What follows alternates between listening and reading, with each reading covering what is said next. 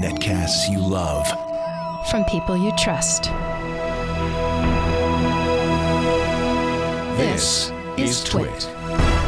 So you handed off something very interesting to me. You knew when you said, "Oh, Leo, do you want this?" I said, "What is that?"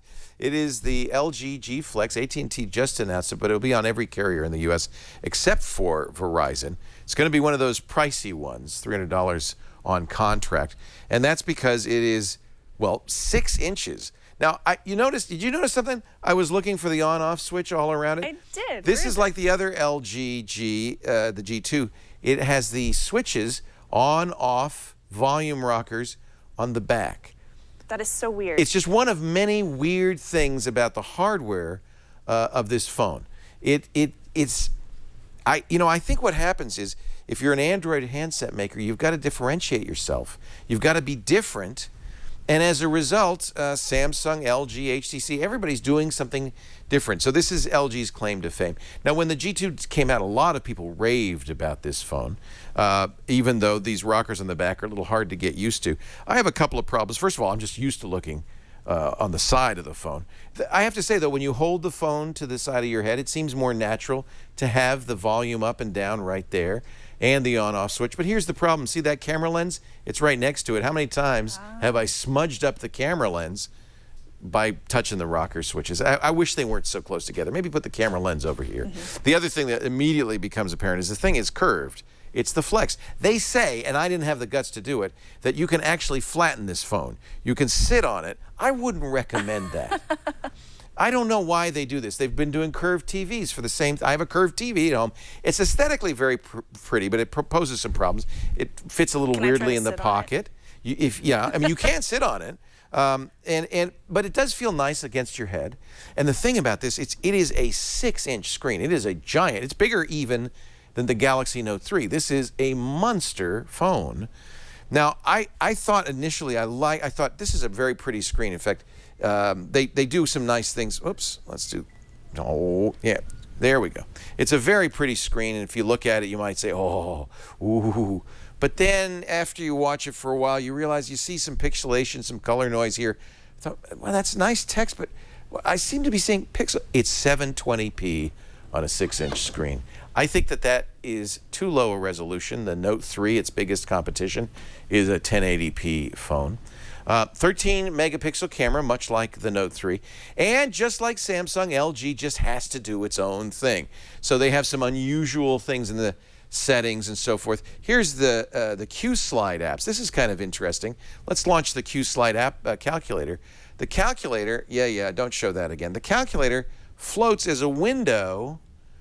Now, I don't know about you, but I don't really know if I need Windows in my mobile phone. It's ironic. Microsoft's getting away from Windows, but Android's getting them. This is the same. There are 3 different kinds of windowing, by the way, in this LG G2 or G Flex, because I guess one just wasn't enough. I don't know. They've really got to find a differentiator. You'll also see that the controls are a little different here, although I do like these quick controls right at the top. If you go to settings, very much like the Galaxy line, you've got now several pages of settings. I'm not fond of that. I have to say I'm a little bit, unfortunately perhaps, spoiled by the plain Google Experience phones. That's how I feel. Now that I've used KitKat on a Nexus or the fairly vanilla version of KitKat on my Moto X, it's hard for me to go back to the carrier customization. Some of them, many of them, just seem random and strange.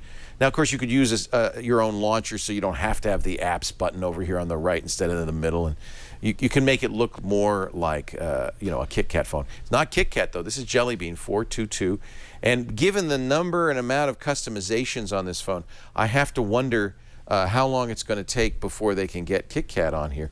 There are quite a few fancy camera modes. Where have we seen this all before? It's very, very familiar. The camera is pretty good. I would say it's as, the nice thing about a 13-megapixel camera is you really get a lot of detail in the shots. This is a tough shot because it's backlit, and I think it looks quite good. The camera made the right decision.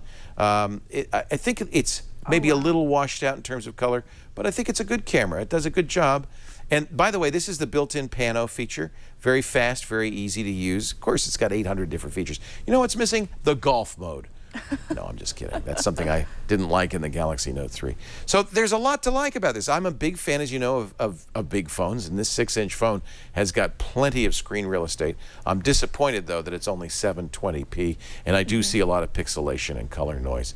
It's just not a very good screen, which is a surprise because LG is kind of known for its good screens. Remember how people complained about the Galaxy S4's slippery, slimy plastic back? LG's doing the same thing. Doesn't bother me, but if you don't like plasticky backs, you may not like this. Who's this phone for? Anybody who wants a 6-inch phone that's curved. That's a massive market, right? With buttons on the back. Now how much would you pay? I'm sorry. As $50. Yeah. As much as I like big phones, I've got to knock this down for 3 things. First of all, it's not a pure Google experience. It's not even close, and I just don't like the carrier craft. Second of all, the screen is just not great. The curve doesn't add anything. The weird form factor of the buttons on the back. Some people might like that. I find it a little bit problematic, especially since the camera lens is right next to that volume rocker. So I'm going to have to give this a, I'm sorry, do not buy. I admire LG for hanging in there. You know, Samsung and Apple seem to own the smartphone market, and LG's really trying to stay alive. They do, in fact, make the Nexus 5 for Google. So they know how to make a great phone. This is just trying too hard to be something different than a stock Google phone, and frankly, I don't see the reason. There you go. That's a do not buy for the LG G Flex phone, available on everybody but Verizon in the United States and I believe worldwide as well.